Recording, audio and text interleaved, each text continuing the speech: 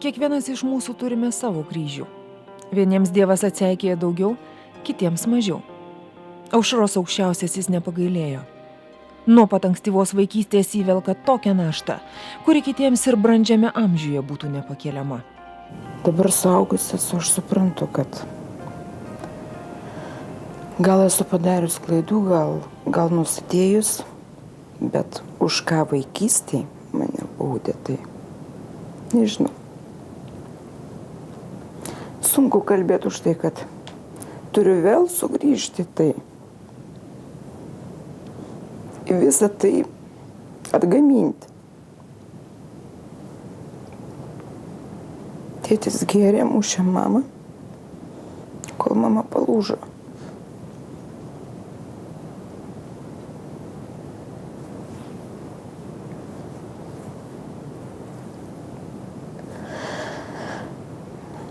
Pirmoje klasėje buvau, kai mama susirgo. Pirmą kartą išvežėme į ligoninę. Tokie ir prisiminimai, nežinau, kiek laiko buvo. Žinau, kad buvo žiema, ateidavau brolio pasiimti iš darželio. Kartais tekdavo eiti tėčio ieškoti iš darbo, kad nebūtume vieni. Ir va taip slinko metai, aš jų daug ko neprisimenu, nes buvo pergyvenimai, ašaros.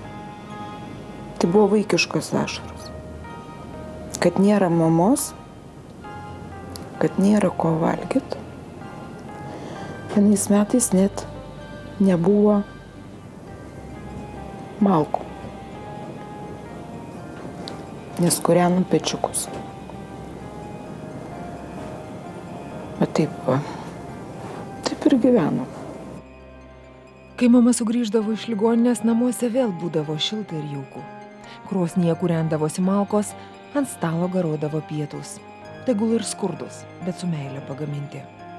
Tačiau ramybėje Aušros širdelė nesugrįždavo. Mergaitė su nerimu laukdavo, kada mamos liga vėl ims siųsti savo ženklus ir į namus sugrįž pragaras. Jinai vienoje vietoje dirbo, jinai kitoje vietoje dirbo.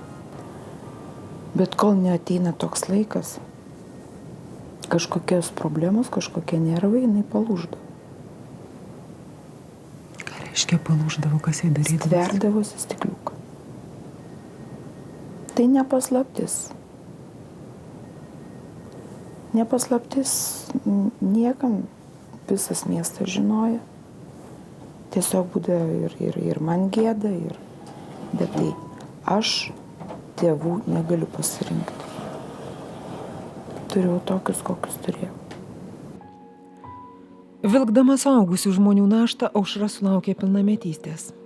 Namuose pasirūpindama ne tik savimi, bet ir broliu. Nedėjodama, kad jai per sunku. Nors toks gyvenimas jau paliko ryškius pėdsakus jo sveikatoje. Aš alpdavau, aš mokykloje nualpdavau, bet taip niekas iki galo ir nerado, kas man yra. Niekas, tik tai ką gydytojai, kad yra galimybės atleisti nuo egzaminų, kad gal nerviškai, gal stresiškai pasakė, kad jinai gali net laikyti egzaminų. Paprasčiausia egzamino metu. Tai čia buvo gydytojų sprendimai, tai yra nei mano, nei šeimos, tai buvo išsiųsta visa ligos istorija į Vilnių ir aš buvau atleista nuo egzaminų. Baigus mokyklą Aušros gyvenimas pasikeitė kardinaliai. Mergina paliko tėvų namus ir įstojo mokytis amato. Nors ir silpnos sveikatos, ji tai sugebėjo. Neužilgo ištekėjo. Ramybės uostą tikėjosi rasti už plačių vyro pečių. Deja, svajonės labai greitai sudužo į šipulius.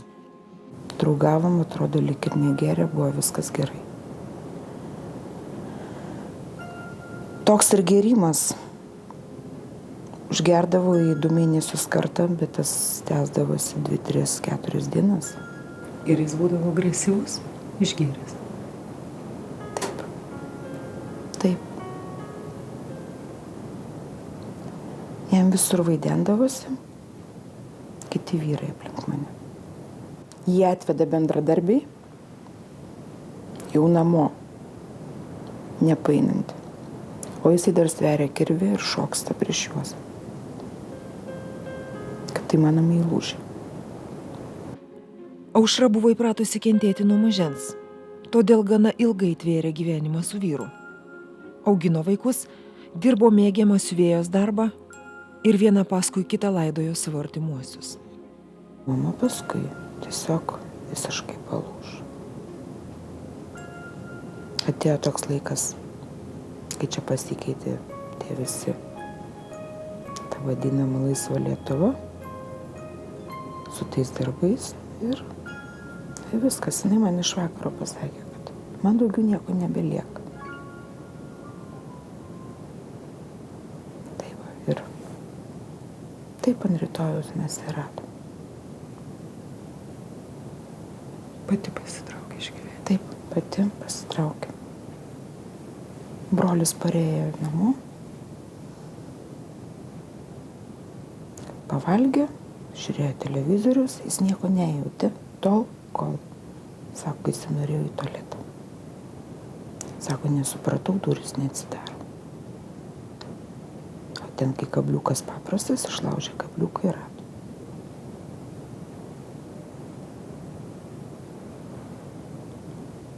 O po kiek laiko ten paskui gyvenimo baigė jūsų brolis? Po 5 metų, lygiai po 5 metų tą patį mėnesį.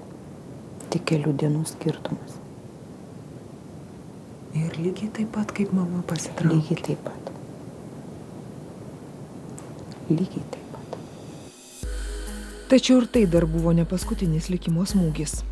Aušra pajuto, kad senelio ir tėvo pėdomis gali pasukti ir sūnus. Paauglys nustojo lankyti mokyklą ir ėmė išgėrinėti. Vyras tai toleravo. Tad moteris nusprendė gelbėti sūnų, skirtis ir išvažiuoti gyventi į kitą miestą. Deja, jis kategoriškai pareiškė liekantis gyventi su tėvu. Žinokit, tai čia buvo didžiausia mano kančia, kai aš atsikrausčiau ir netekau vaiko.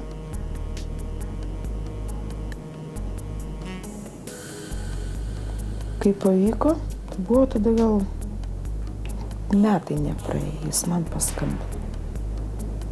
Sūnus paskambino ir pasakė, mama, aš noriu atsiprašyti, kad jaučiuosi kaltas, kad jūs per mane išsikraustėt ir noriu atsisveikinti.